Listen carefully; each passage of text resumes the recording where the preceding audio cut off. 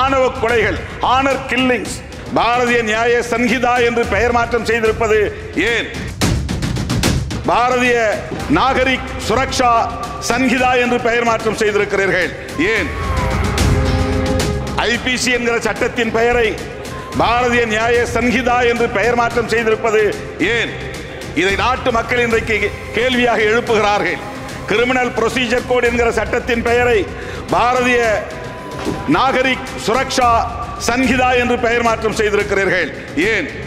Indian evidence act என்கிற சட்டத்தின் பெயரை பாரதிய நியாய சாட்சிய அதிநியம் என்று பெயர் மாற்றம் செய்திருக்கிறீர்கள்.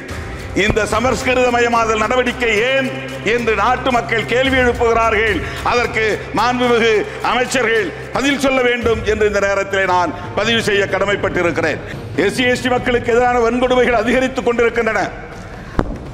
வன்கொடுமைகள் அதிகரிப்பது ஒருபுறம், பெண்களுக்கு எதிரான வன்கொடுமைகள், ஆணவ கொலைகள், ஆனர் கில்லிங்ஸ் உத்தரப்பிரதேசம் போன்ற மாநிலங்களில் இன்றைக்கு அதிகரித்து தென் மாநிலங்களிலும் இன்றைக்கு அது பரவி வருகிறது.